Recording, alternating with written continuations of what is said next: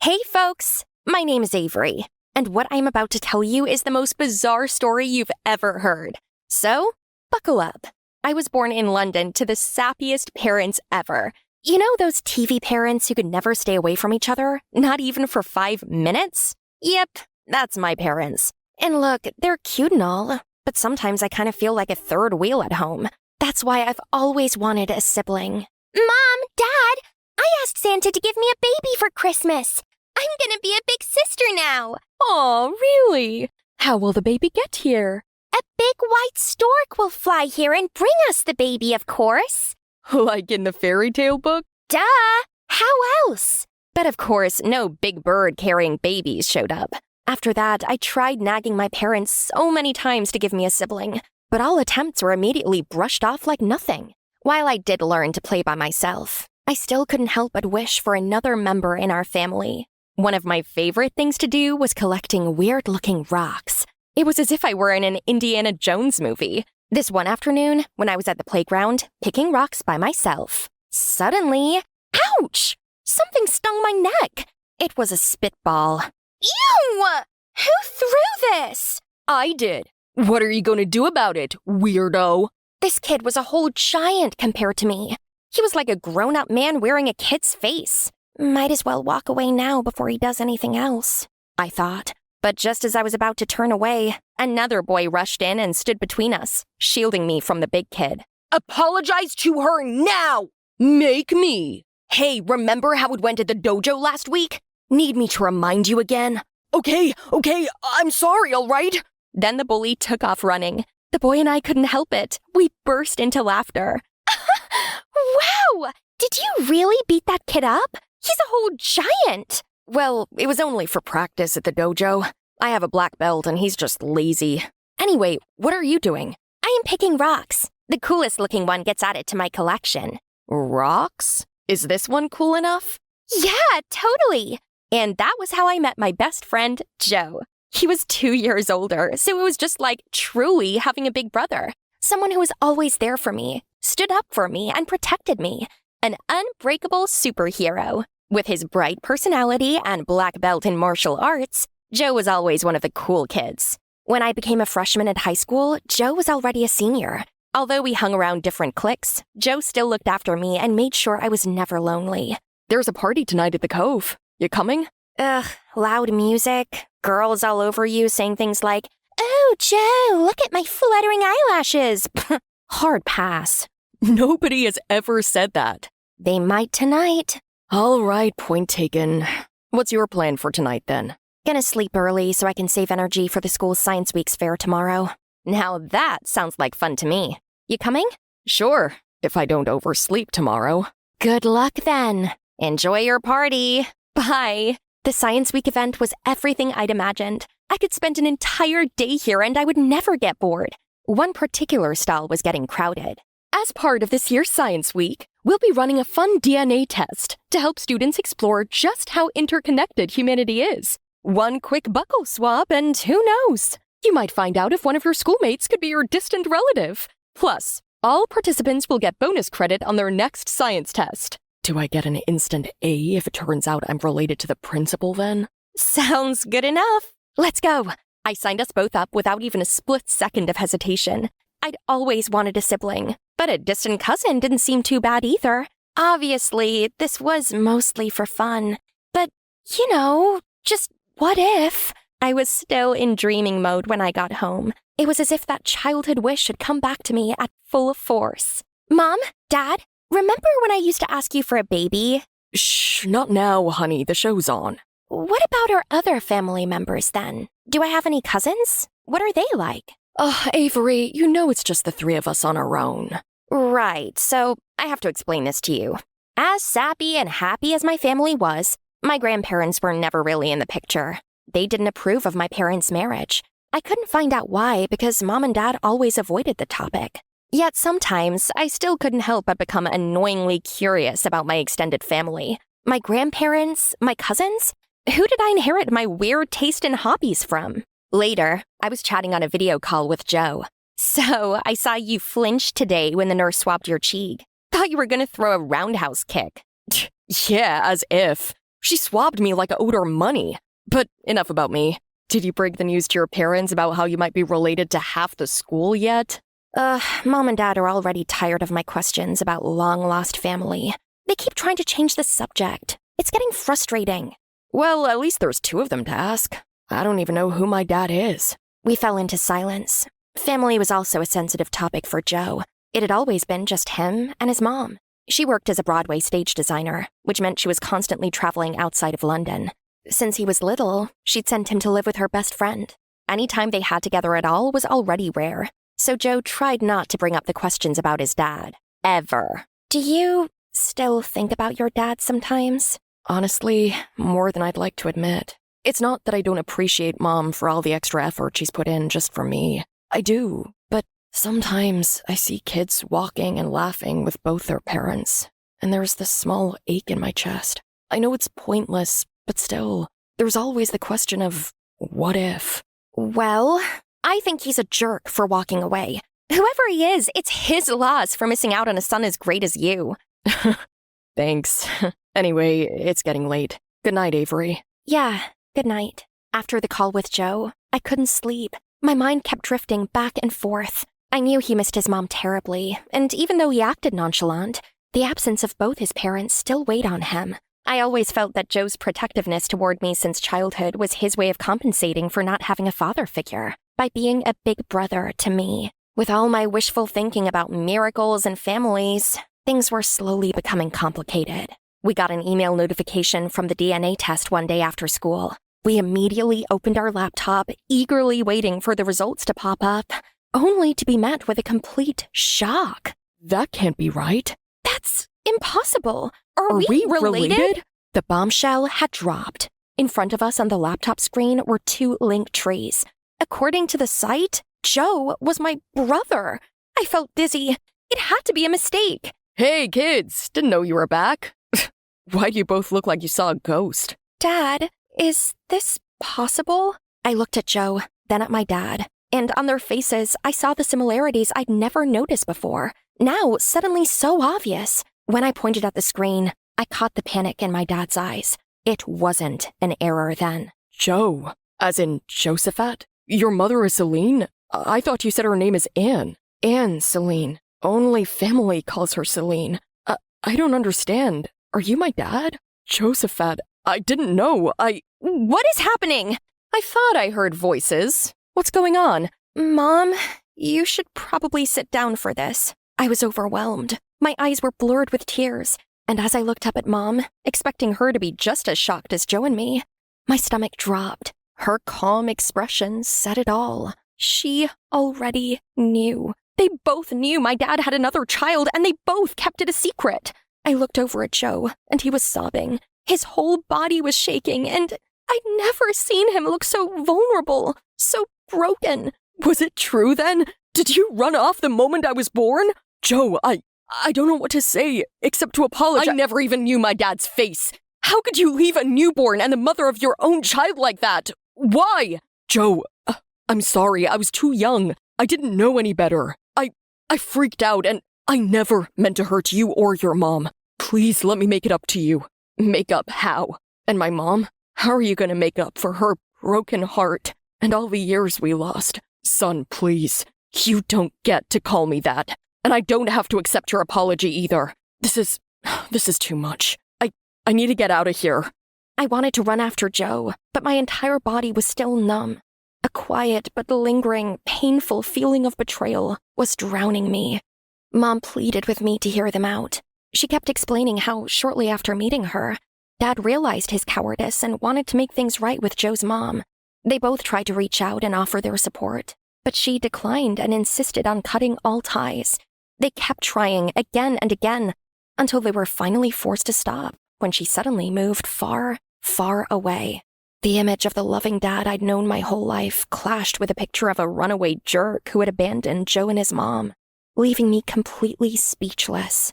Avery, sweetie, please say something. I need to be alone right now. I couldn't look at either of them in the eyes. Not anymore. Poor Joe. He had always been there for me. Always my superhero when I needed one. Now, it was my turn to be there for him. Sharing the same roof with my parents right now felt suffocating. And so, I packed my bags and hoped Joe would still let me in. "Hey, thought you might want some company. Got a spare room for your little sis?"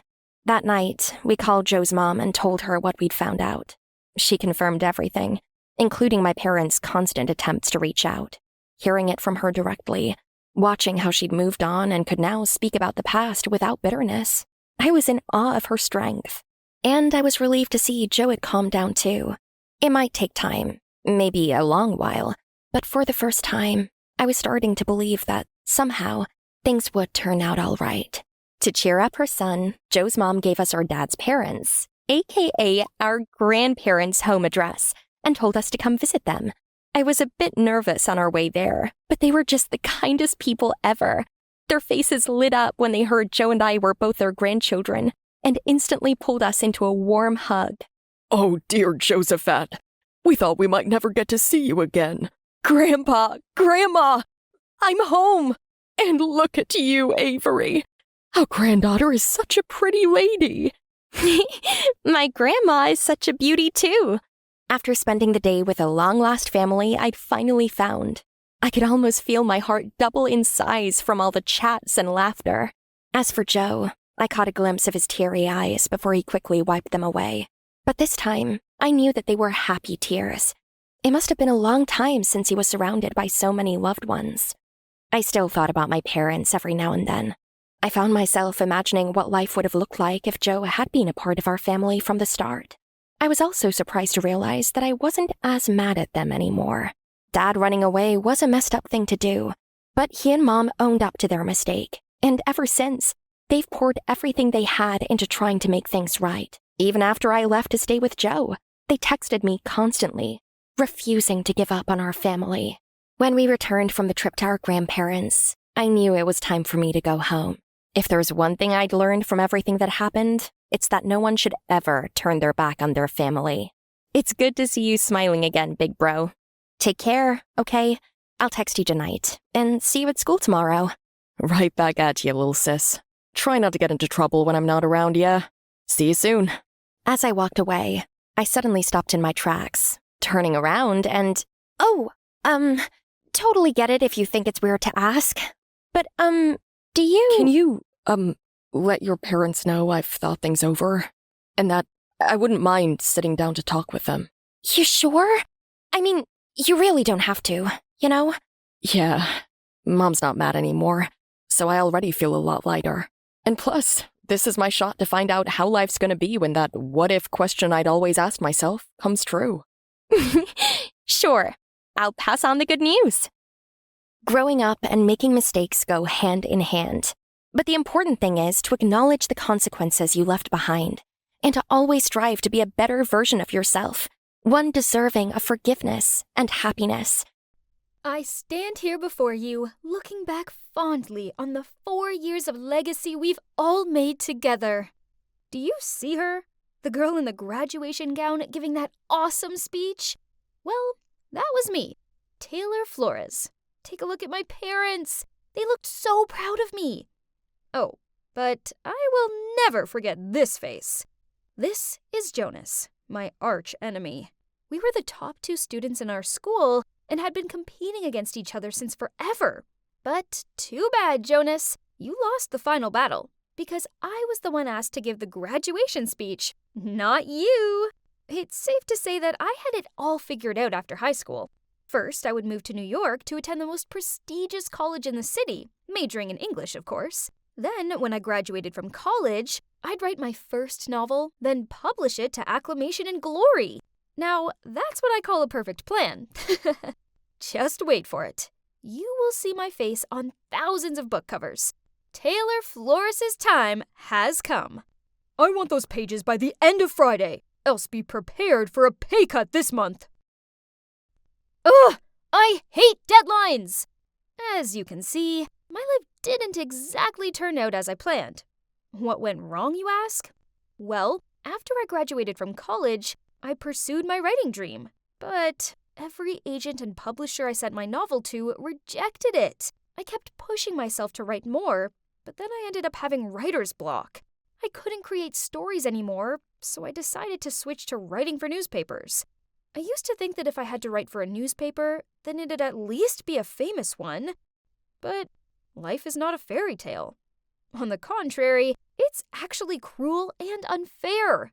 Well, at least it was to me, because my preferred newspaper rejected me a bunch of times. So now I ended up here, working for this unknown news website with an all-time grumpy manager.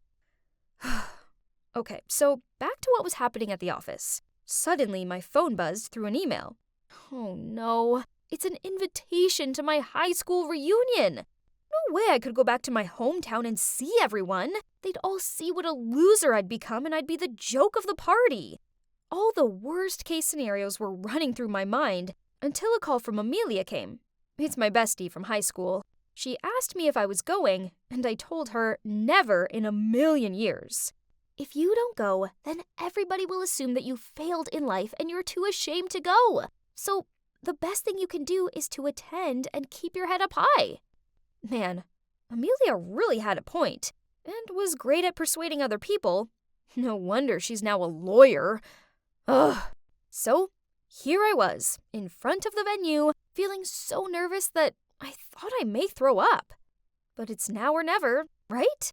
I just needed to put my game face on. I entered the room to a load of unfamiliar faces. Huh? Was I in the wrong place? I was about to leave when I suddenly bumped into somebody and fell on the floor. Ouch! I looked up. It was a chubby lady who was holding her baby in one arm and gripping a toddler's hand with the other. I instantly apologized. I'm so sorry. I hope I didn't hurt the kids. Oh, it's fine. You're lucky my belly was big enough to block you. She then paused and took a closer look at me. Is that you, Taylor? You look great. Let's get inside. The party just started. Wait, she knew me. But who was she?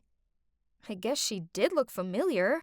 Maybe I should wait for Amelia and ask her, as she had kept in touch with most of our classmates.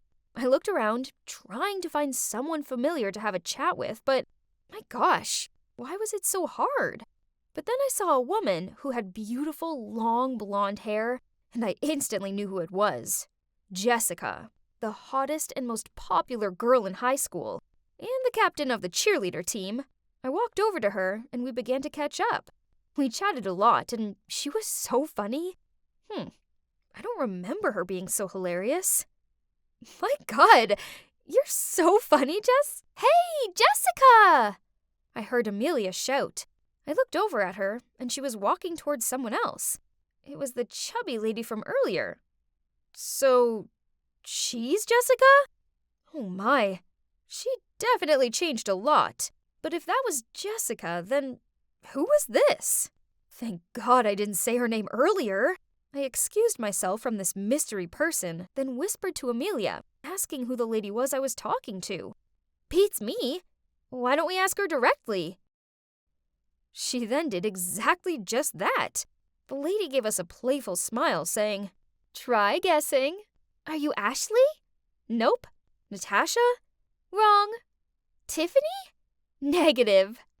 Wait, are you related to Jack Miller? You kinda look like him. Almost correct. Oh my, she wasn't related to Jack Miller, 'cause she is Jack Miller. Well, now she's Jill Miller. Turns out she never felt comfortable being a boy, so after high school, she underwent transgender surgery.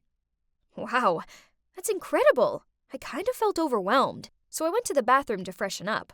On my way out, I saw a familiar face. It was Luke, the most handsome guy in high school. He was picking up trash and putting it in the garbage can. Aw, what a nice guy. We talked for a bit and...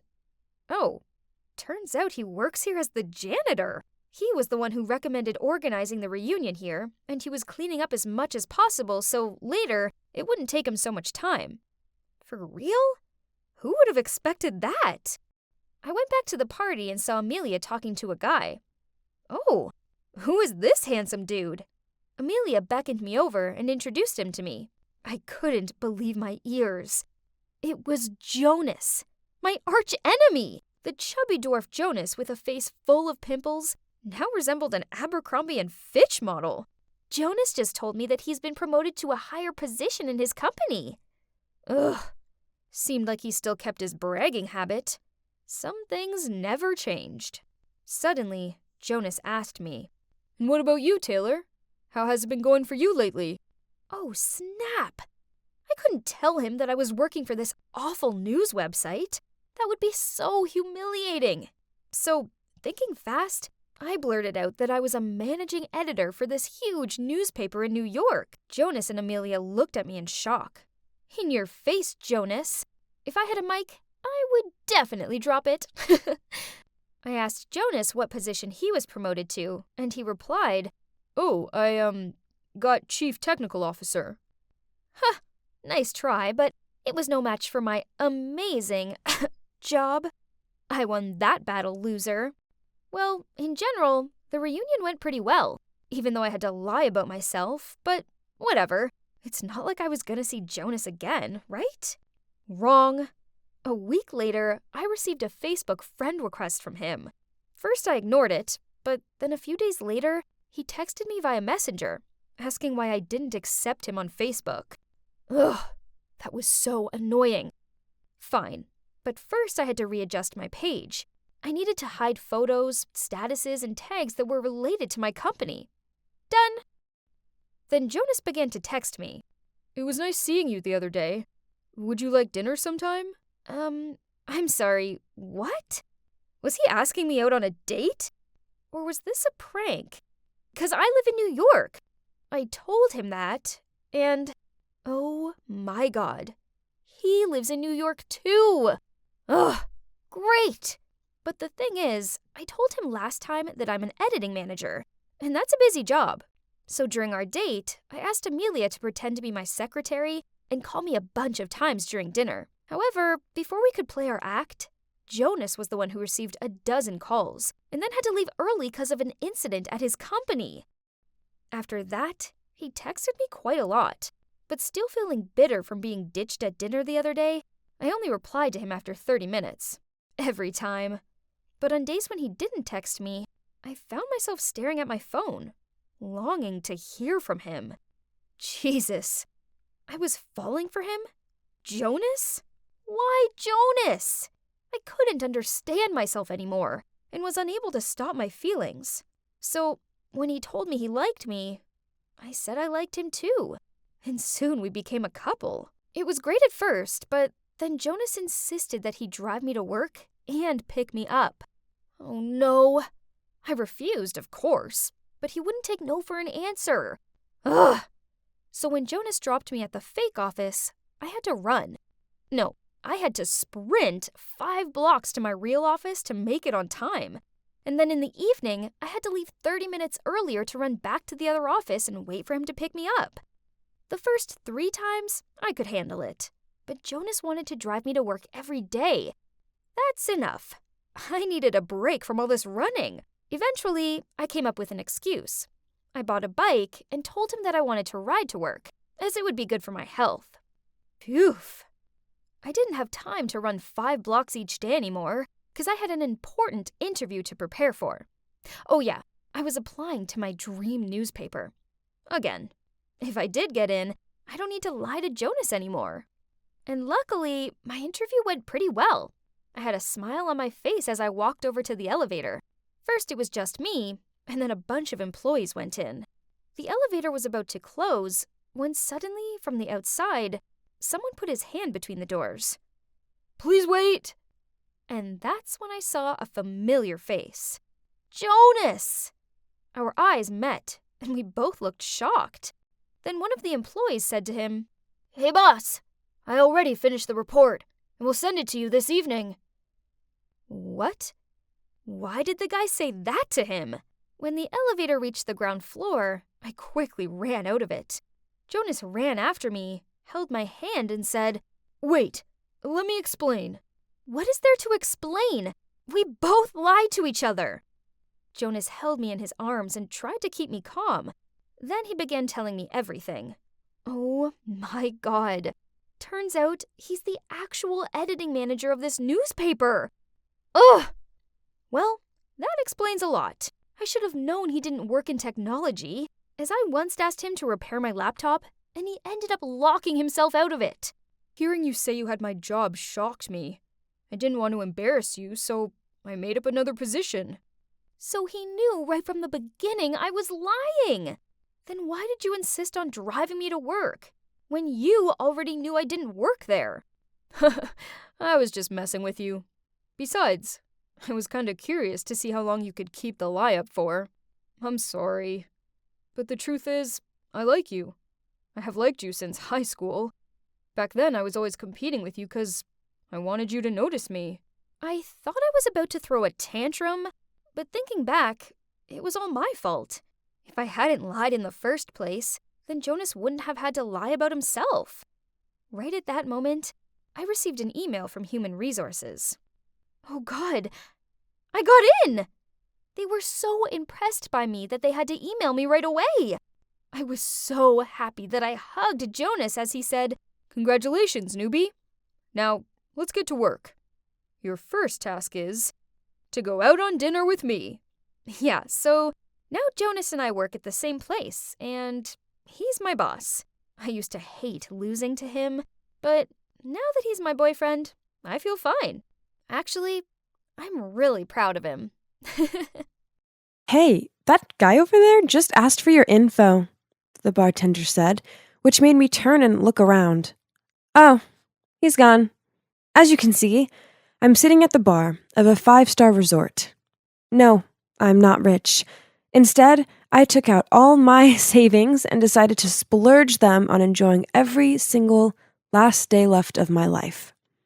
It all started months ago. I had this constant aching and exhaustion. I blamed work stress, but my symptoms grew worse. Eventually, I went to the doctor and sat there in stunned shock as I heard the words cancer and progressive. The next few weeks were a whirlwind of hospital appointments and treatments. I had chemo, and my lovely long hair fell out. I just felt tired and hopeless all of the time. Enough had I had this. I stopped the chemotherapy, quit my job, and decided to enjoy the little time I had left. The Hawaiian beach is so beautiful. Then suddenly, someone walked straight into me. Ugh, their drink soaked me. I heard them say, "Oh my God, I'm so sorry." Oh, hey, you're the girl who sat alone at the bar earlier. I looked up, and wow, he was handsome. I shook my head and insisted it was my fault for not paying attention. After that, he joined me for a walk, and we started chatting. Oh, his name's Blake, by the way. So the next day, I asked him out for lunch. I don't have much of an appetite these days, and the most I could do was staring down at my barely touched plate. Then I knew I needed to be honest with him. Hey, Blake, I really like you and want to get to know you more, but I have cancer and don't have long left. At first, there was a sickening silence, but then he took my hand, and can you believe it? He said he wanted to get to know me too. The next few weeks with him were magical. Then we came back to the city and continued dating. Blake was so amazing and constantly showered me with love. One night after dinner, Blake drove us up to this hill. He said he wanted to show me Orion's belt, and it was so romantic. I didn't want to ruin the moment, but there was something I needed to tell him. Blake, I saw the doctor today. He said that nothing has changed. Although he didn't mention it, I guess I don't really have much time left. My tears streamed down my face. I've had the best time with you. I really do think I love you. Suddenly, Blake got down on one knee and asked me, "My darling Lucy, will you marry me? This is the least I can do for you." I was speechless, so I nodded and then held him tightly in my arms. I was too happy. I couldn't help sharing our love story on social media. Soon, thousands of people were liking and sharing it, saying what an inspirational couple we were. This was crazy, but amazing. Their support made me feel like I could take on my cancer, the world, everything. I started noticing that Blake was getting a lot of attention from other girls. They knew he was the guy who proposed to the dying girl, so they seemed to flock around him and admire him. Then one day, when we were at the wedding dress store together, I stepped out of the fitting room in this beautiful gown, feeling like a princess. But then I spotted Blake talking to some other girl. She touched his shoulder, and I overheard her say, "Your fiancé is very lucky to have you." Then she leaned in closer to him. "Blake?" I hissed at him. "Baby, how do I look?" He turned away from the girl and stared at me. "Yeah, gorgeous," he awkwardly smiled. I couldn't help but feel terrible. I know he's an attractive man, but he was about to marry me. It was not nice at all having him flirt with someone else at my dress fitting. Still, I tried to put it all aside, as I wanted to enjoy what little time I had left. The wedding was a dream come true. It was such a magical day. Then right before our honeymoon, I went to see my doctor. To my complete and utter shock, he told me, "I'm pleased to inform you that you're in recovery." Oh my God. I couldn't believe my ears. I was getting better. I rushed home and told Blake the good news. Only his reaction wasn't what I expected. His face dropped, and at first he was speechless. Then he stuttered, "Congrats, honey." What did that even mean? Regardless of this, our honeymoon was marvelous. My appetite was back, and I was making the most of it. Yum! Food tastes so good. This didn't go unnoticed by Blake, and he tutted, "Can you try chewing more gently?" Whatever. I was intent on enjoying my food. When we arrived back home, I moved into his apartment. For God's sake, there were dirty plates and smelly socks everywhere. How could someone so meticulous about their looks live in such a state? I told myself that it was fine. I loved him, so I could learn to love his mess. Being alive felt so good. So admittedly, I may have overdone it on the snacks. Cake, meals out, and yeah, I'd gained some extra pounds, so household chores were a bit too much for me. Besides, why should I have to do them? It was his mess. But one time, when I was sick of his stinky underpants everywhere, I asked him, "How can a guy who looks like you live in this rat hole? Go clean up." But he ignored me and went straight to bed. And it took no time for his loud thunder snores to follow. What the hell? Where was the kind, charming man I married? Fed up, I tried my best to clean up the place a little bit. I was out of breath and sweating a lot. My head was super itchy, so I took off my wig and scratched my scalp. At that moment, I heard Blake screaming, and when I turned around, he was clutching his face in fear. "Baby, what's wrong?"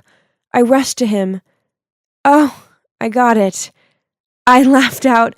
"It was just too uncomfortable to wear this wig, so I took it off. That's all, but look, my hair is growing back again." Shaking, he stuttered, You were wearing a wig this whole time?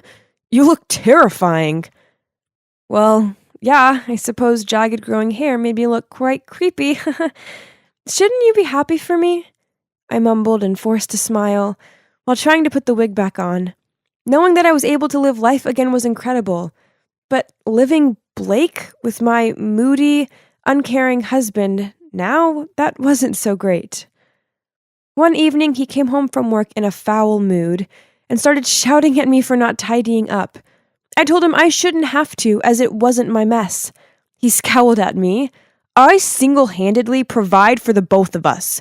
Come home to see you chilling on your huge backside, and you dare talk to me like that? You're the one who needs to get up and work, since you eat double the amount I do." His words hurt. So with teared-up eyes, I said to him, "How dare you talk to me like that?" Blake was about to say something, but he paused, then just sighed. "Look, I'm sorry, babe. I know you're recovering." I sharply stared at him and said, "I didn't do anything for dinner, so let's eat out." I was enjoying my rotary chicken. It was so good that I might have taken too big of a bite, and it lodged in my throat. Soon I was choking, I couldn't breathe. Afraid, I looked at Blake for help, but he was scrolling through his phone. Then to my disbelief, he walked off to the bathroom. I kept thudding the table to call for help. Luckily, a waiter rushed over and hit me real hard on the back, and I managed to spit the piece of chicken out. When Blake returned, I angrily asked, "How the hell could you leave me like that?" "What are you talking about, baby? I saw you enjoying your food. Are you done? Let's go home." Ugh! He definitely knew I was choking. What a jerk. Everything I once thought and expected from him shattered. He was willing to let me choke to death over helping me. The problem was our love story was so famous now, and even though I knew Blake and I couldn't bear each other, the thought of us breaking up and being heckled by others made me feel so sick. I guess I was stuck with him forever. So we had to continue tolerating each other. Then one evening, while I was munching on potato chips and watching TV, my phone rang. It was a strange number. "Hello? Are you Blake's wife? Blake's been in a car accident, and we really need you to come here." I froze for a few seconds. "Sorry, wrong number," and hung up. My phone rang several more times, but I didn't answer. The guilt started to creep up on me, so I grabbed my bag and rushed to the hospital. The nurse told me to sign some papers so Blake could have his surgery. With a pen in hand, I hesitated. "Excuse me, where is the organ donating section?" I asked. "My husband is willing to donate if anything bad happens." "This is not the right time to ask me that question," the nurse yelled at me. Right at that moment, Blake's parents rushed in panicking. I gave them the papers and sneaked back to the apartment. After that, I thought long and hard about our relationship. It had been so passionate at first, but I realized I didn't love him at all, and neither did he. All our decisions were made intensely quickly, based on the idea that I might die later. We were too stubborn to admit defeat and walk away, and now we were miserable. A few weeks later, Blake came home in a wheelchair, and we both sat in awkward silence. Then I broke the ice. That night, when I choked at the restaurant, "Did you ignore me on purpose?" Blake answered me with another question. "Is it true you wanted to donate my organs instead of helping me get my surgery?" I replied, "I'm sorry. That was the only way I could briefly think of to get out of this marriage." He sighed. "I know. Me too. I think we're just too similar, and that's why we don't work." He paused. "I think it's time we put an end to this." So finally, we stopped putting up with each other and filed for divorce. People on social media were furious and posted a lot of venomous comments, such as, "So much for being an inspirational couple," and "This screams out scam marriage to me." I decided to close all of my online accounts. Their opinions don't matter anymore. I have my family's support. That's more important. Surprisingly, I'm still friends with Blake. Hey, we went through a lot together, and he's not all bad. I just never want to live with him ever again. I even met my current boyfriend through Blake, as he introduced me to him. How funny is that? Sometimes things don't work out as planned, but that's okay. Living a lie just to save a bruised ego is much worse. Oh, by the way, this is my real hair. I am now completely healthy. Remember, you only live once, so make sure you don't waste your time trying to please others, and instead, you embrace life and live it at its best. It's me again, Ashley. And yep, you guessed it. I was still stuck in this apartment with these annoying kids. That was definitely the weirdest detention ever. None of us had any idea how long we'd be stuck here. Oh well, at least we weren't starving, as every 3 days, a giant bag full of groceries would appear inside the doorway, since we couldn't get out of there. Things had become a little less awkward since the day we'd sat down and opened up to each other.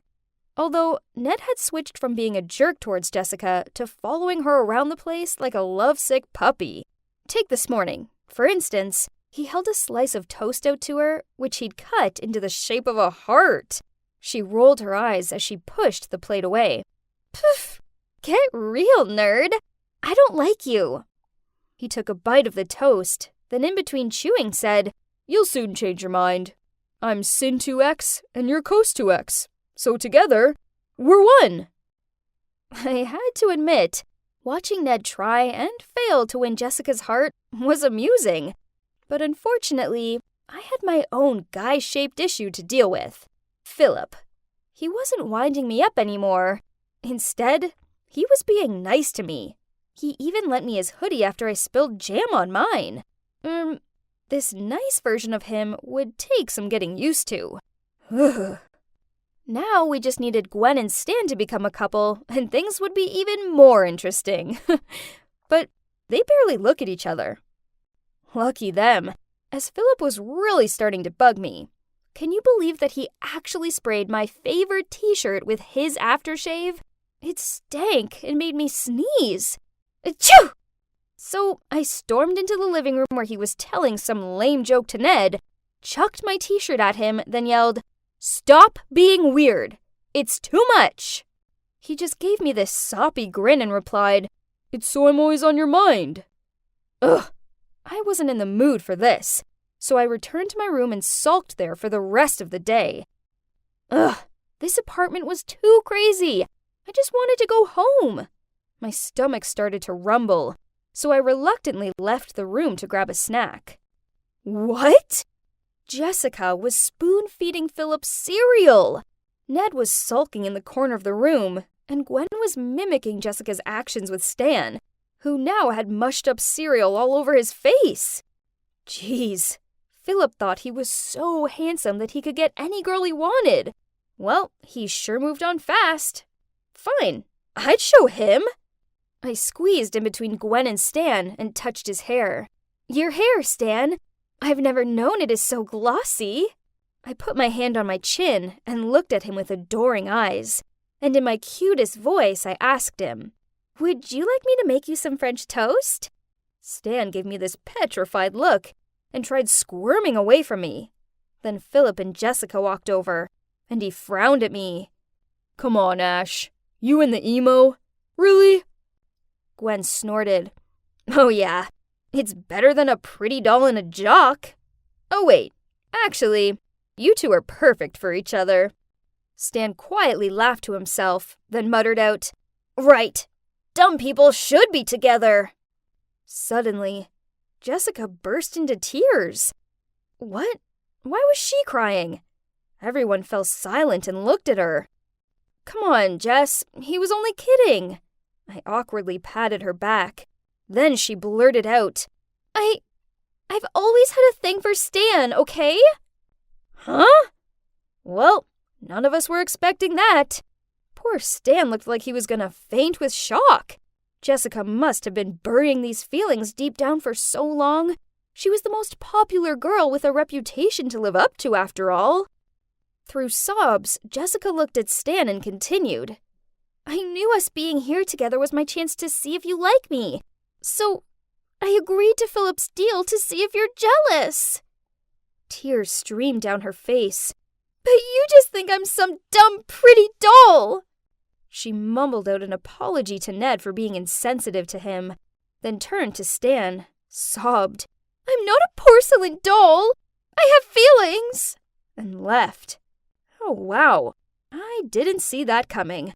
I guess I feel kind of bad for her, and also guilty. But hold up. Philip's deal?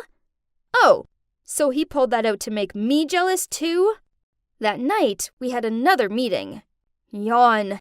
This one was as dull as it sounds. Well, until we started discussing the meaning behind this detention. Hey, since when did detentions go on for this long? It's been 2 weeks already. Ned looked concerned. We all agreed. We'd learned how to live in some sort of harmony together, but still, we need to go outside. Also, my family would be worrying, right? There's two, I hope. Then the next morning, Philip was trying to de-jam the air vent in the kitchen when he waved us all over. He pointed up at something small with a tiny red light on it. Ned and he took it down. It was a camera. "It could be a security camera," Jessica said. "My house also has a few inside, in case of intruders or something." Gwen sneered. Duh. Your house is a freaking mansion. Here, there's no need for a security cam. We decided to spread out and look for more cameras. In total, we found 5, all hidden around the place, including in a plant pot and fixed to a picture frame. It was freaky to think there could be more scattered around the place.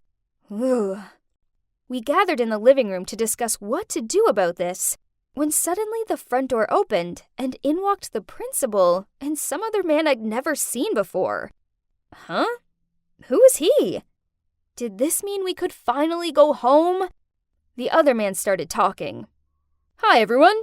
I'm Kevin, and you are the participants in my exciting reality show. Your principal here put you all forward for this, as I wanted kids with 6 varying personalities. Gwen stood up and shouted, What? Is this for real? I added, There's no way my parents would have agreed to this. They did. The principal grinned.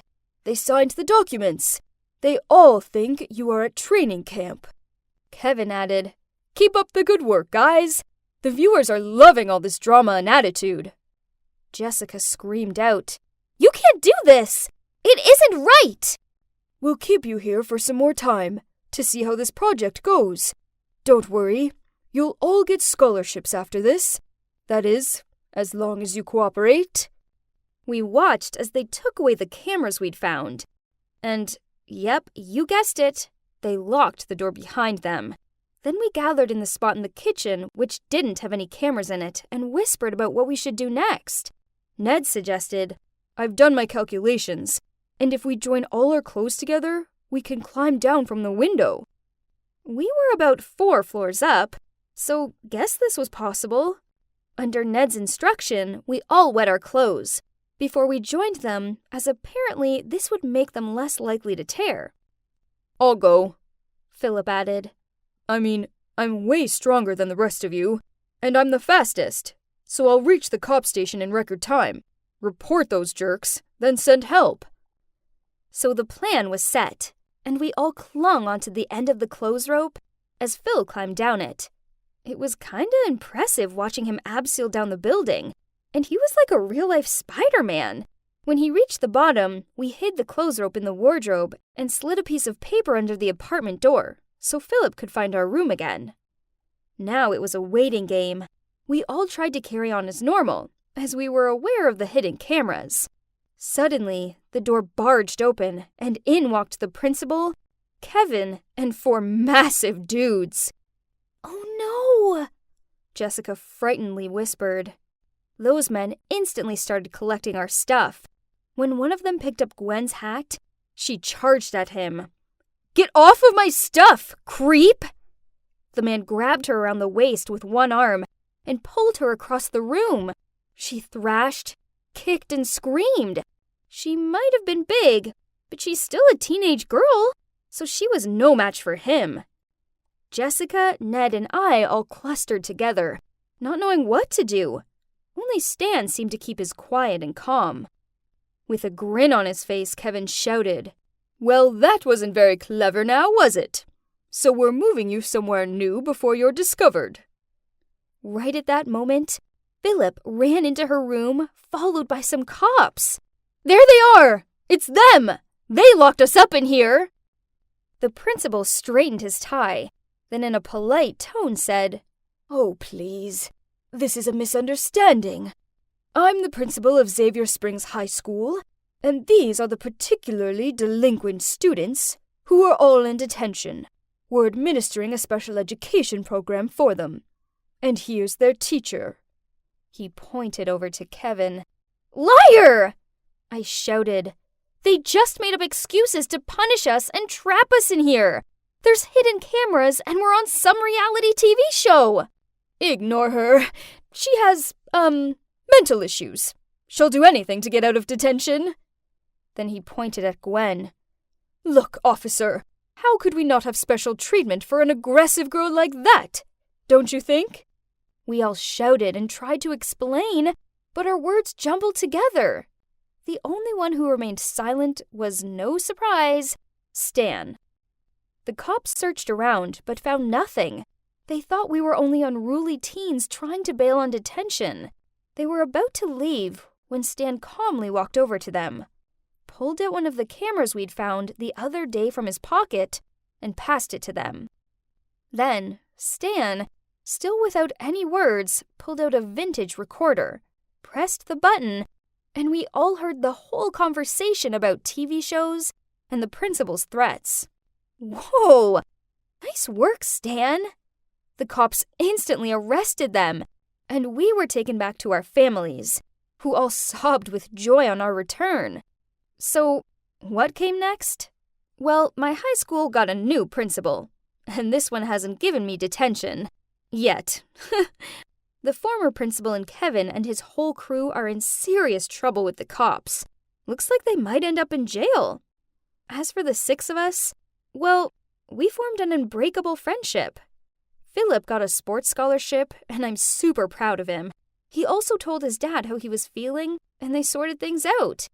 Ned finally stood up for himself to his parents, and now they're trying to be more understanding. He also has a girlfriend and just won first prize of the state at physics.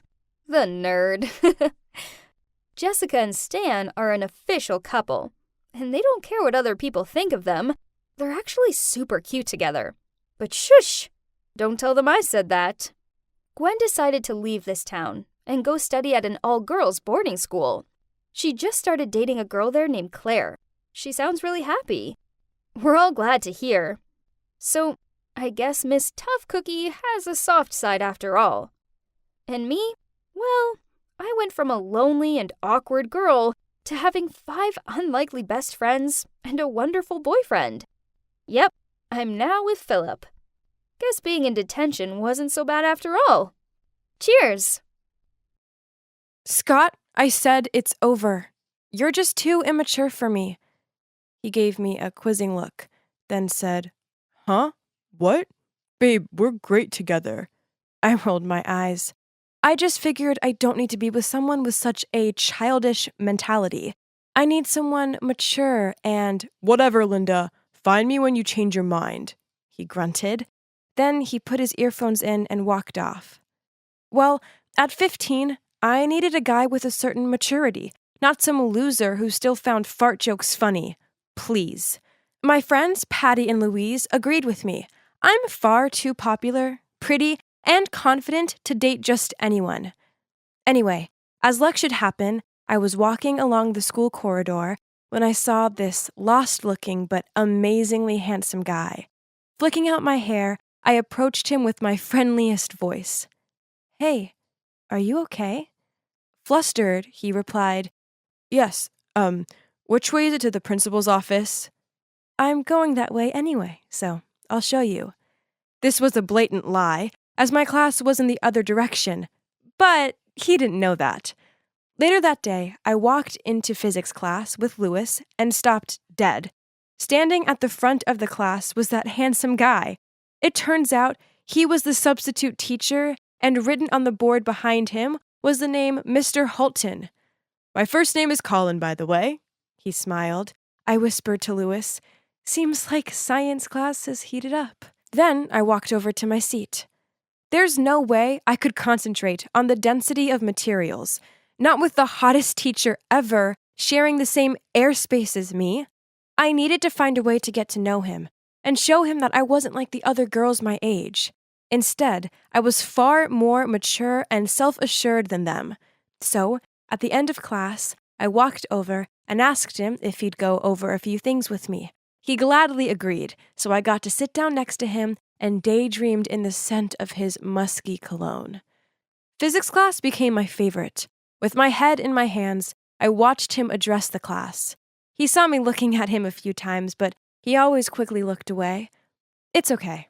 I got it. He was just trying to look professional. Then, one time he asked the question, According to Einstein, is light a partial or a wave? I stuck my hand in the air and grinned. He looked a little flustered. Linda? I puckered my lips and looked straight at him. That shirt color really suits you, sir. It brings out your eyes. Some of the other kids in class laughed, and he awkwardly fiddled with his collar. So cute! Then he coughed and said, Linda, do you know the answer? Oh, what was the question again? I stared dreamily at him. Honestly, I couldn't remember anything afterwards but his charmingly severe look. Then one afternoon, Colin asked me to stay behind after class. Result, he must have fallen for this Linda's irresistible charms. Didn't he? I shyly stood before him, and in a serious tone he said, Linda, is everything okay with you? You seem off lately. No, sorry, it's awful. I glumly looked down at my feet and took a few seconds to continue. My family is so poor, and my home life is just horrible. I only have nice things because my friends lend me stuff. His gaze softened. I pretended to dab at my fake tears. Please, don't tell anyone. I couldn't cope with the shame. It's enough just having you to talk to. I smiled at him.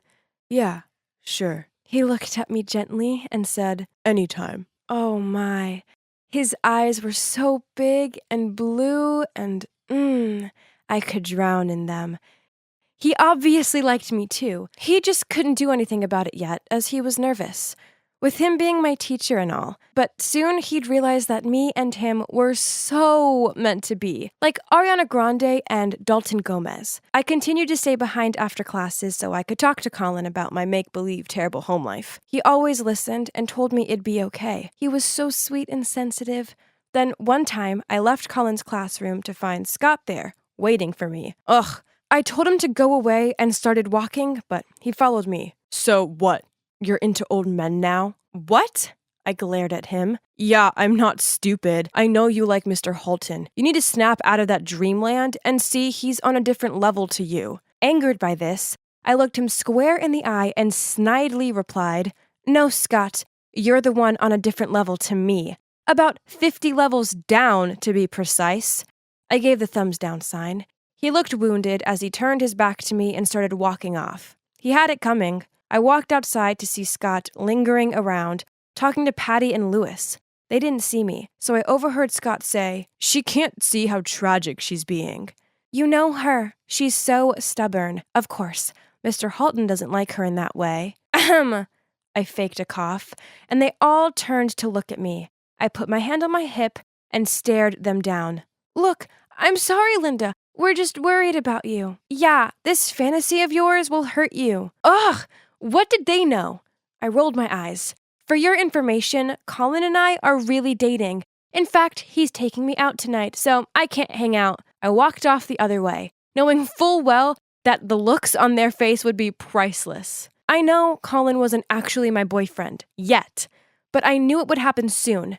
It was written in the stars. The next day, as I walked into school, I noticed some of the other kids whispering to each other and pointing at me. Okay, weird. Maybe it was my new dress or something. I bought it because it was an exact colored match to Colin's eyes. But things got weirder in physics class, because as soon as Colin walked in, everybody started giggling. Colin looked confused and said, Okay, what's so funny? Then this girl, Sally, shyly muttered out, Sir, we heard you have a new girlfriend. He raised an eyebrow. Yes, that's correct. How do you know? He gave a nervous laugh. Actually, this shirt is a gift from her. I felt the entire class's eyes turn to me. Well, except for Colin's. I tried to keep my cool, but inside I was fuming. How dare some other woman steal my man and force him to wear that hideous shirt?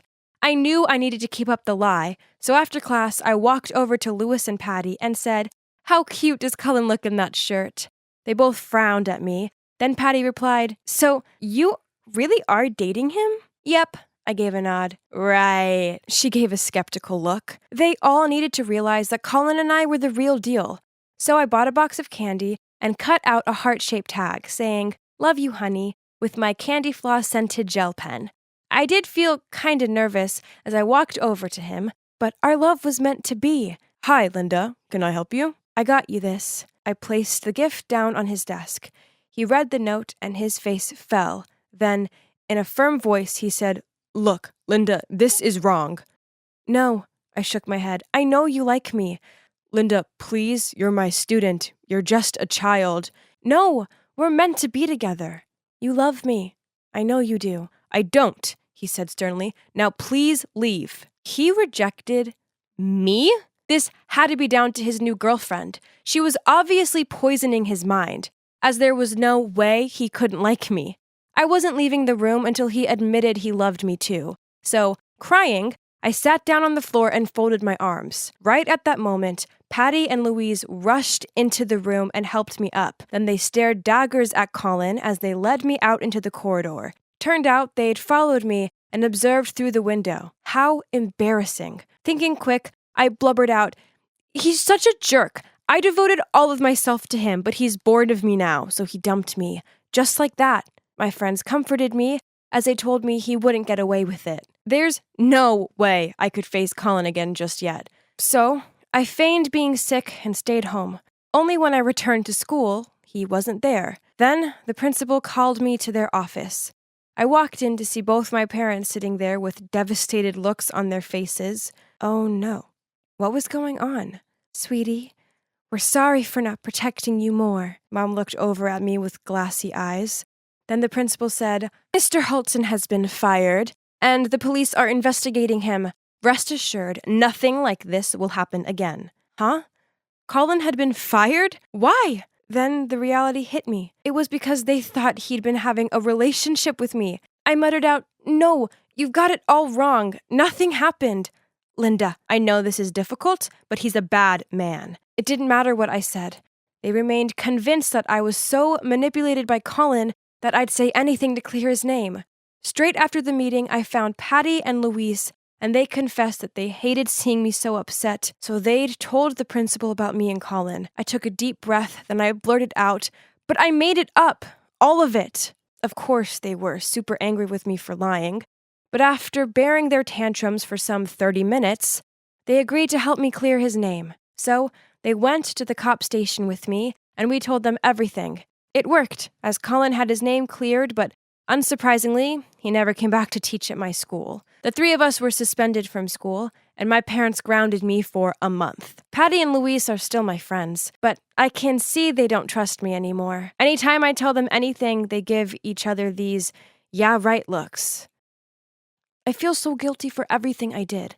It was never meant to go that far, but I now realize that my childish behavior almost cost a good man his future. I wish I could apologize to Colin in person, but I know I'll never get a chance to. Please be careful with your words, as they could ruin someone's career, life, everything. If, like me, you adore your teacher, then please just respect them, be nice, and let them be.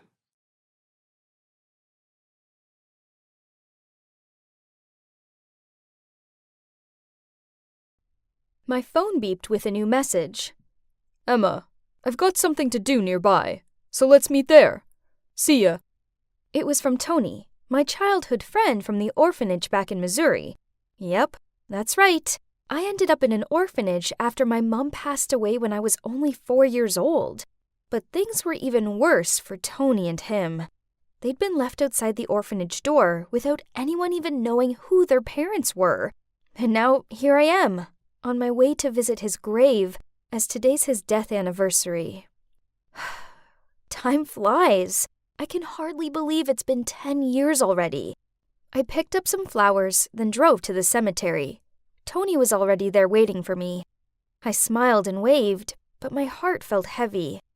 Back when we were 14, we'd been joined at the hip, Tony, Thomas, and me. I had a secret crush on Thomas, but I never got the chance to tell him. It had all happened so fast on that day. We were just kids, young and dumb. We'd snuck out to go play by the riverbank. One minute we were splashing each other in the river. The next moment, Thomas was being carried away in the current. I tried to save him, but Tony pulled me back to shore. Even thinking about it now, I still couldn't help but burst into tears. "Don't cry, Em. I'll always be here for you." And I knew he would be. Deep down, I knew Tony always had feelings for me. But I didn't feel the same way. After that, Tony drove me home. Seeing my exhausted look, he said before I went inside, "Get a good night's sleep, Em. Remember, we've got that interview tomorrow." Gosh, I almost forgot. Tony probably thought I was the worst employee ever. And yes, you can guess it. Tony is my boss. After years in the orphanage, he was adopted by a super smart family that had inspired him to strive to become someone important, and he'd eventually built a food startup. Anyway, the following morning, despite still feeling worn out, I had no choice but to put on a brave face to go to work, as I had a marketing team to lead. But as I walked into the lobby, a guy bumped into me. He helped me up and frantically apologized, explaining he was in a rush. I looked up and was about to nag him, but wait, why does he look so familiar? In fact, he looked exactly like... It's you! You... I stammered, but I couldn't even finish my sentences because he'd rushed into the lift and the doors had closed. I must have been seeing things. Honestly, throughout the whole interview, I could barely concentrate. Could there be two people looking that similar on this earth? I was lost in thought when the next applicant came in, and it was him! Both Tony and I stared in shock. He was the spitting image of Thomas. But he couldn't be. I mean, Thomas had died years ago. We both were too stunned to say anything until his voice broke the silence. Hi, I'm Dustin, and I'm here to interview for the marketing position. I looked at Tony, and he looked just as confused as I did. But, yeah, it wasn't Thomas. This guy was from Illinois and had never even been to Missouri. Okay, so here's Thomas's doppelganger. Fair enough. The interview went well, and even though he was a bit arrogant, he knew what he was doing, so we hired him. When I left the room, surprisingly, Dustin was still waiting for me outside. He offered to treat me to lunch as an apology for earlier. I agreed, as I was desperate to ask him more questions. During lunch, I kept mentioning the orphanage, some of Thomas's hobbies and things he hated, but Dustin didn't even bat an eyelid. I was disappointed, because I really hoped Dustin would actually be Thomas. That night, I barely slept. I couldn't stop thinking about Dustin. It's ridiculous, but I still had a strong feeling that he really was my childhood sweetheart. Suddenly, I got a message from Tony. Saw you hanging out with Dustin. Wake up, Em. He's not Thomas. Ugh, I didn't need to hear that. The next day, I couldn't take my eyes off of Dustin. At lunch, I watched as he put honey on his watermelon, and I almost freaked out. That was exactly what Thomas used to do. Oh my, I blurted out. I then told Tony what I just saw as soon as he sat down, but he just laughed and said, Honestly, tons of people do that. Do you really think that our Thomas could be that arrogant? Seeing that I was still unfazed, he continued. But if you still want to check, just give him a peach. Things can change, but allergies don't, right? OMG, Tony was a genius. He probably was just kidding, but I was super serious. So the next day, I bought Dustin a peach pie to welcome him to the team. But to my surprise, he ate it up with pleasure and seemed totally fine. Okay, clearly I needed to let this go. He wasn't Thomas. End of. But if only things were that simple. And even though I knew Dustin wasn't Thomas, I still felt attracted to him. He was smart and sweet, and so much fun to be around. Eventually, we started hanging out and became very close. We didn't actually make anything official, but we were low-key dating already. However, it was impossible to hide things from Tony. One time, our company went on a team bonding weekend, and we'd arranged a tennis competition. We had to pair up, so obviously I would go with Dustin, but as we're about to go sign up, then Tony came to ask me to be his partner too. My God, it was so awkward. Then Tony said in a very sulky tone, Okay, how about we have a little competition? The winner gets to pair up with Emma. And so they had a swimming race. That's so embarrassing. I knew Dustin couldn't swim, so I started to panic, but he got in the pool anyway. Obviously, Tony won, but who cares? He was acting like a child. I rushed over to help Dustin, who was left coughing and choking on the water, and at that moment, I realized that I was falling for him so much. But since then, there were rumors in the company that Dustin was only flirting with me to get promoted. One morning, we were walking through the lobby together when two girls started whispering about us. So Dustin took my hand and went straight to the girls saying, "I love Emma. What's wrong with that?" Tell me. Go on." At that exact moment, Tony appeared and asked if he could have a word with Dustin in his office. I was so nervous. Now everyone knew we were in some weird triangle, and I didn't like it one bit. Then one of my colleagues overheard Tony telling Dustin that if he didn't leave me alone, he'd be fired. I couldn't believe it. I went to find Tony right away, and before I could even confront him, he said, "Yes, it's true. I asked those girls to start the rumors, and I also asked that jerk to give up on you. It was me. I did it all. I just don't get it, Em. Why have I ever been good enough for you?" "Tony, wait. It's been 10 years. Why couldn't you give me a chance? Why can't you let Thomas go? Some guy who looks like him walks up and you totally forget about me? He's a loser compared to Thomas." "Don't you dare call him a loser," I said. "See? In the end, you still care about him only, not me." Tony shouted, then stormed off. I hated to be in this situation. On the one hand, I truly liked Dustin, but Tony was not only my lifesaver, but also my best friend, who'd stuck by my side through all the highs and lows. What a dilemma. In the end, I decided to have a little space from Dustin, just until things cooled down. Maybe then the rumors would stop and people would quit being so negative about him. But that wasn't to be so. You see, our new product that hadn't even been released yet suddenly appeared on the website of our direct competitor. Someone must have leaked the confidential file. But who?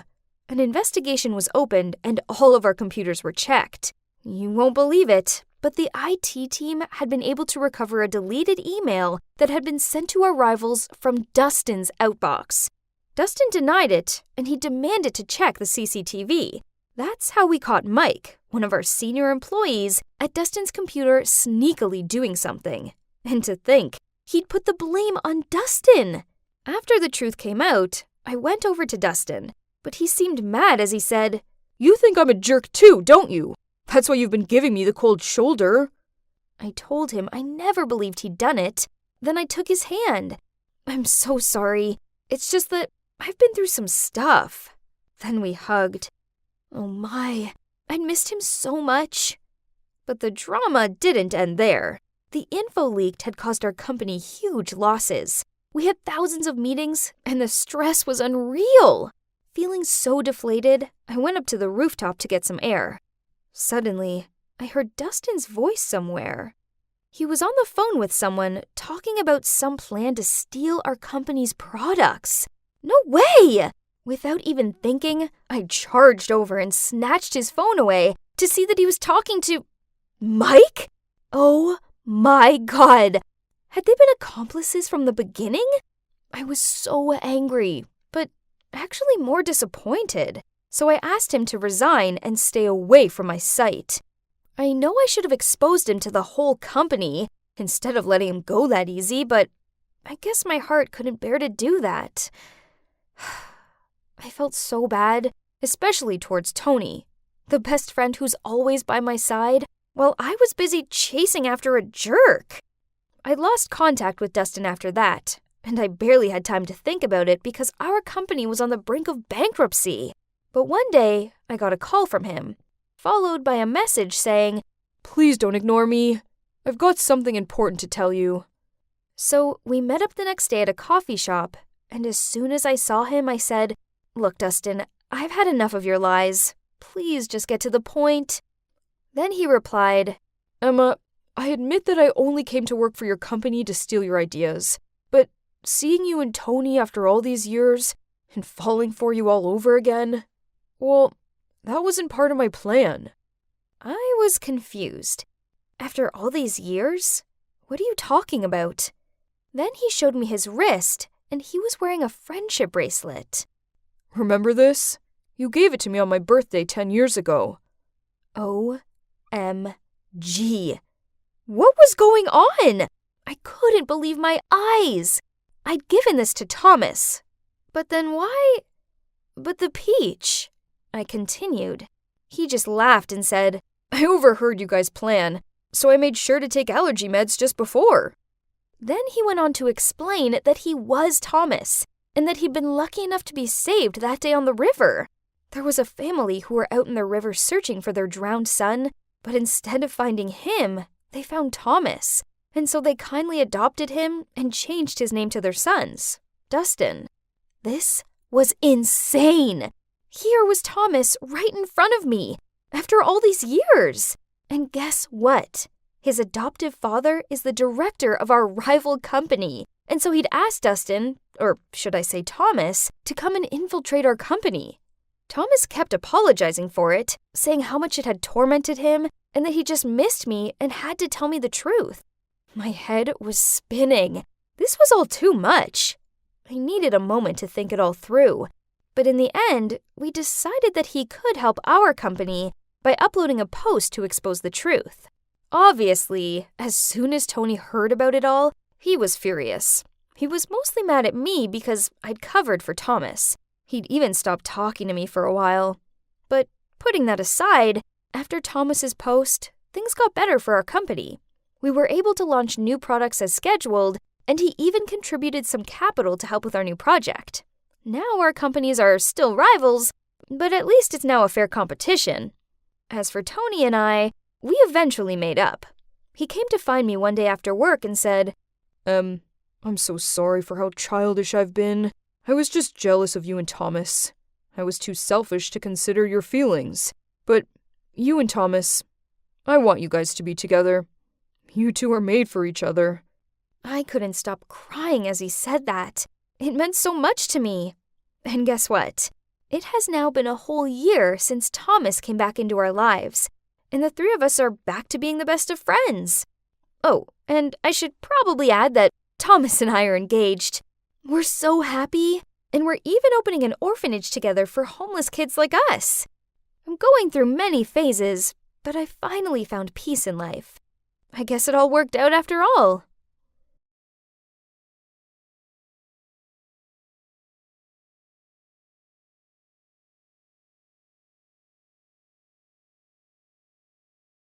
I wonder who will hit the jackpot this week. How about that blonde Joseph? Nah, he's too slow. Or there's Arthur. But last time that weakling even struggled to carry my tray of food.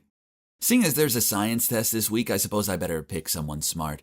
That's when I spotted Jace. His dad's my family's driver. Yeah, that nerd definitely won't let me down. So I'm Victor. I'm 17 years old and I'm rich. My father's contributed so much money to this school that he has more power than the principal. So no matter what mischief I cause, the teachers know it's in their best interest to turn a blind eye. And look, I'm not only rich, but also handsome. Everyone wants to be my friend. Everyday girls chase after me, but tough luck for them. I'm already dating the hottest girl in school, Jessica. As for the boys, it's only fair they get to spend time with me. So each week I choose one of them to hang around with me and do my errands. Hey Jace, congrats dude, it's your lucky week. Sorry, could you choose someone else? Jace said timidly, then walked away. What? No one ever dared refuse me. I pulled his hand back, but he even spilled my juice box. That's it, nerd, you are so dead. The next day I was standing by my locker instructing Arthur to sort out my books when I overheard Jace talking to his friend about the science essay. Ugh. I totally forgot that we had to submit it online by midnight instead of in class. I know.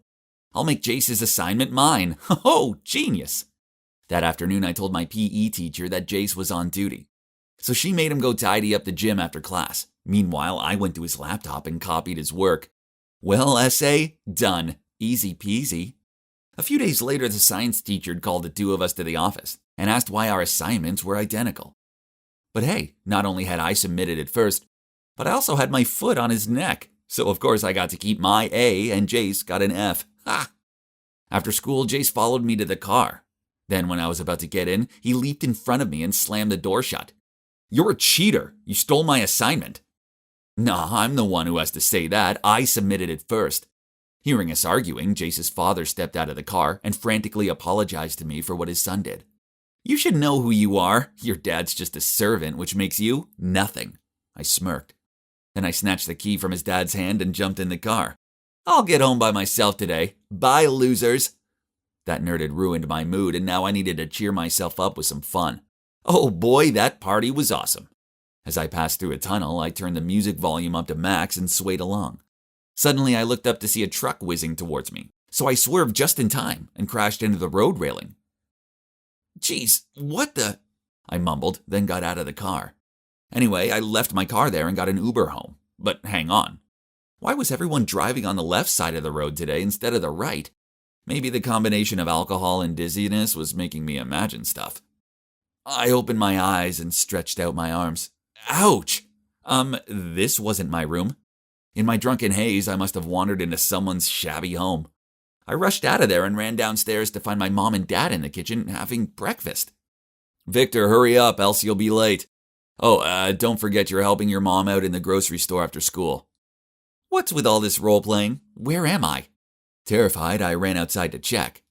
What? The address is correct, 138 Riverside, but my house was a magnificent mansion. What's this hovel? Surely this is just some dream, right? I rushed back into the house and shouted, Mom, Dad, what's happened to our mansion? Son, are you dreaming? Haha, us rich enough to have a mansion. Now that's an unlikely thought. Now go change your clothes and I'll take you to school. No way. This was just a bad dream.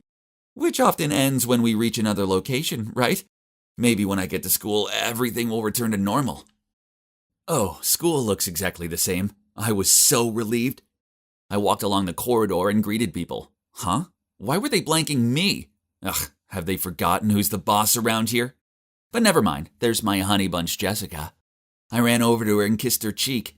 But I hugged my cheek in shock. My head was spinning, then suddenly someone nudged me from behind. It was Jace? I grabbed his collar. How dare he mess with me right in front of Jessica? Get your hands off my boyfriend. You're Jace's choice this week, so mind your attitude.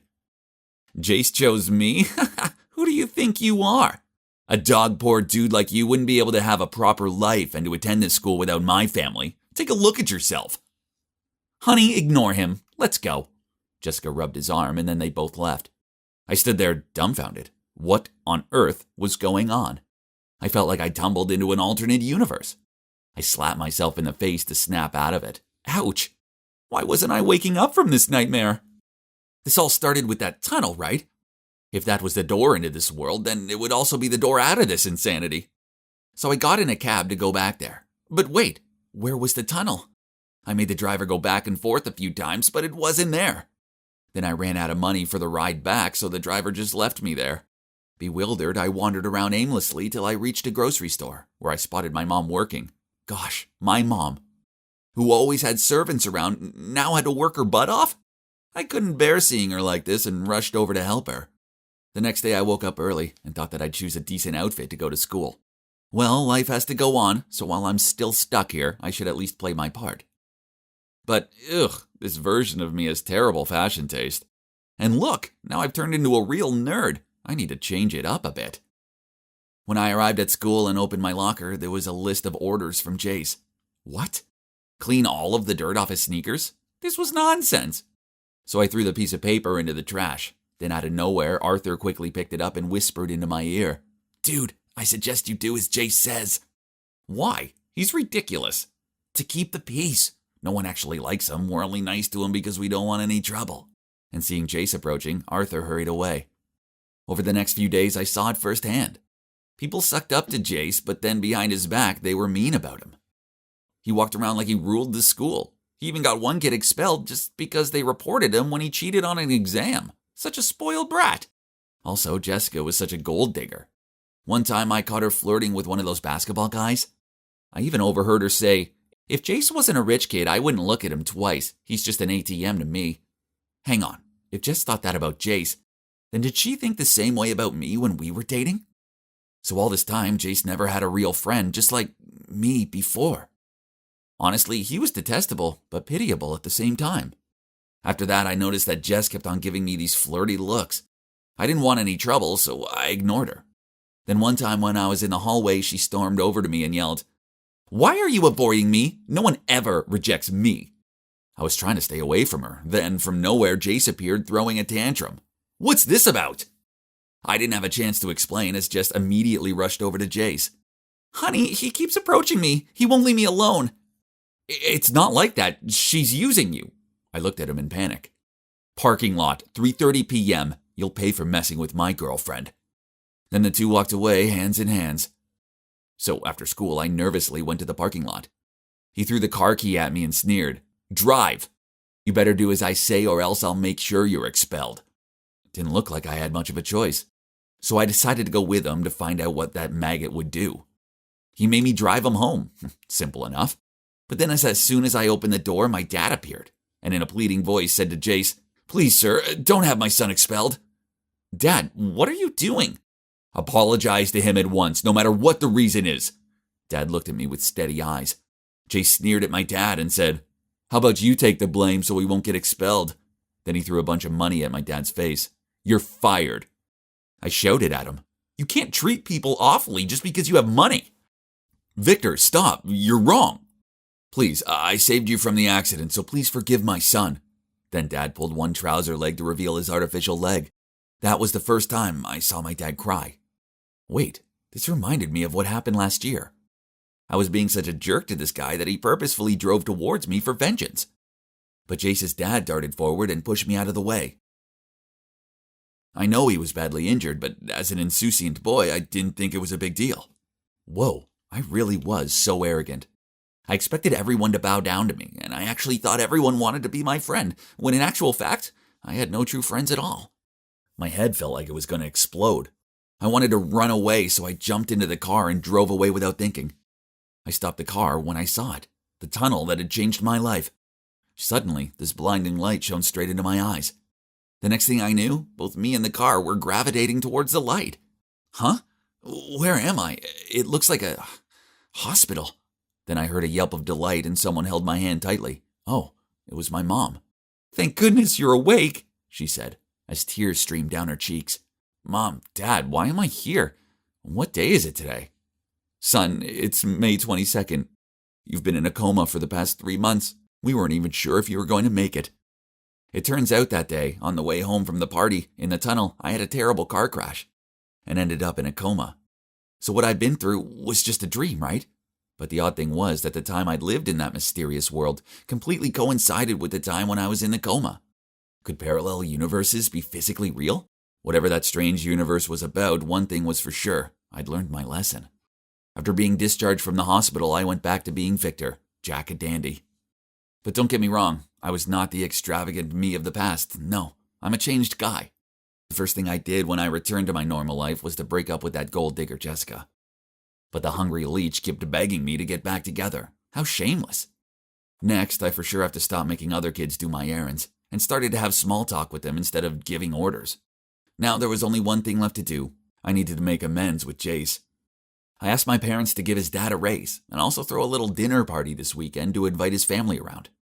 As I felt bad that I haven't had a chance to thank Jace's dad properly for what he did for me last year. Of course, my parents gladly agreed, and said that they're proud of me for being so thoughtful. So I'm preparing a little peacemaker gift for Jace too. I bet this is going to make him geek out all the way.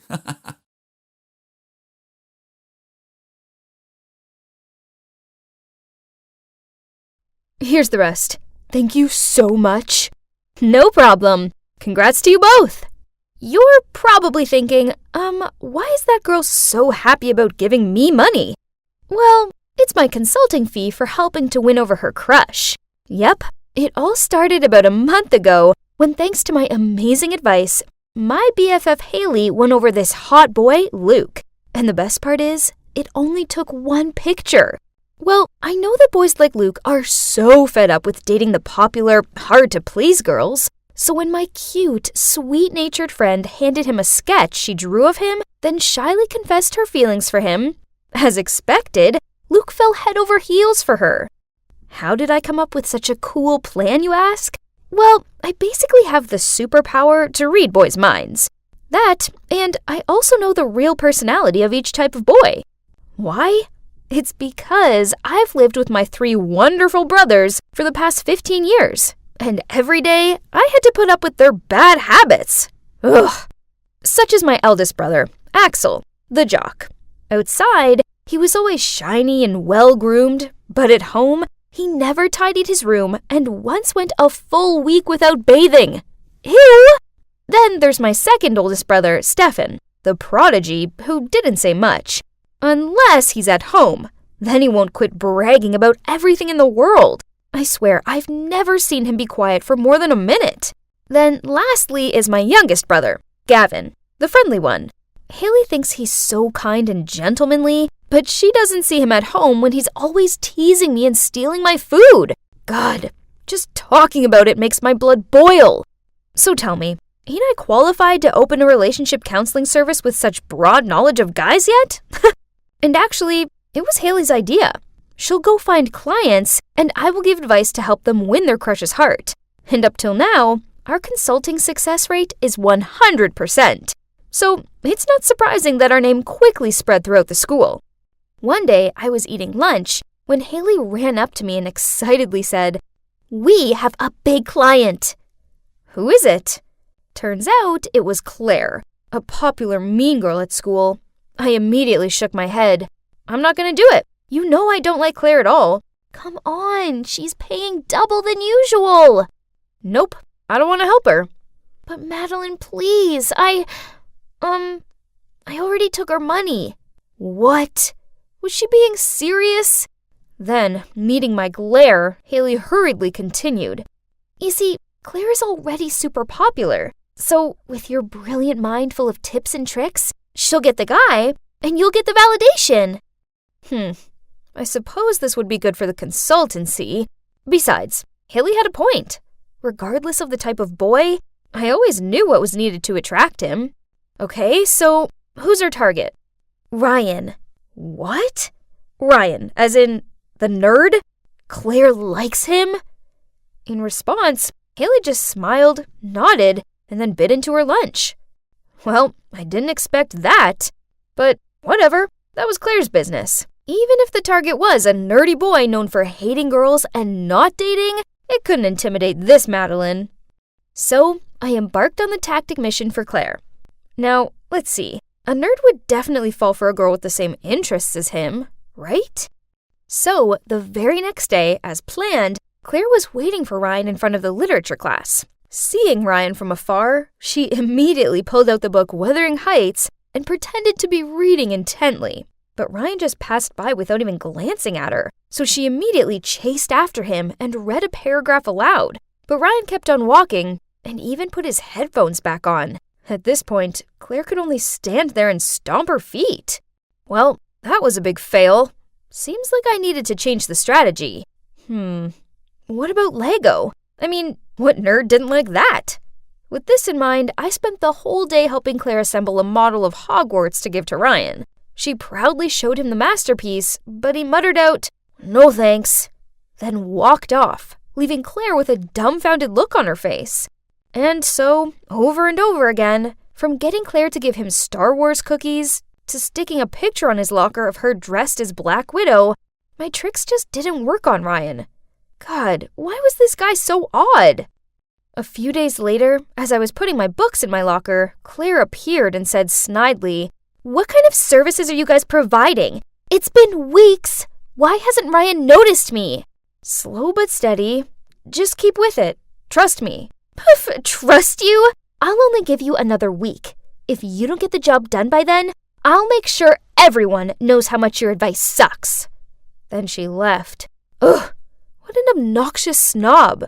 But what else can I do? I must finish the job, else my consultancy services would be over. Besides, this Madeline couldn't fail like that. And that's when I had an idea. As you can see, Ryan is engrossed in writing an essay on his laptop. And there's me, Claire, and Haley sitting on the table nearby, pretending to read books, when in actual fact, we were watching Ryan's moves. Suddenly, Ryan let out a yelp, which made the whole library jump and gained him a dirty glare from the librarian. Then Claire sashayed over to him and said in a sweet voice, "Hey Ryan, is everything okay?" "No, my laptop's glitched out. My important essay is on there and I haven't saved it. This can't be happening."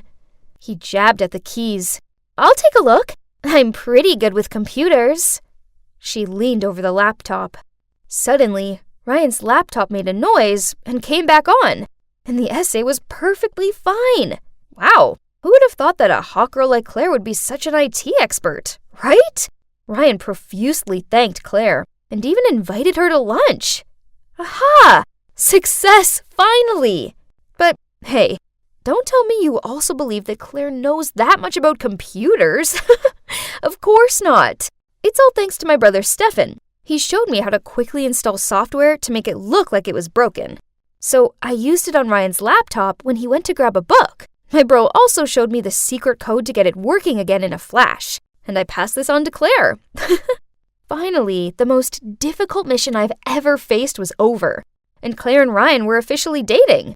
I wanted to celebrate, so I planned a movie trip with Haley. But then Luke surprised her with amusement park tickets, and she canceled to go with him. Ugh, so much for mates before dates. So here I am alone. It's safe to say I was in a bad mood, but then, to make it worse, the couple sitting behind me kept teasing each other, loudly smooching, and even kicking my chair. Ugh! I can't take it anymore. I turned around and was about to give them a piece of my mind. Huh? It was Claire with Jackson, the troublemaker from math class. The two of them also panicked when they saw me. What is this? Didn't she just ask me to help win over Ryan? Before I could ask her what was going on, she dragged me into the lobby. You better keep quiet about this or else. I don't get it. I thought you liked Ryan. Please. Of course I don't actually like that nerd. I'm just using him. If you tell anyone about this, I'll make sure your consulting service is finished. What? Is she threatening me?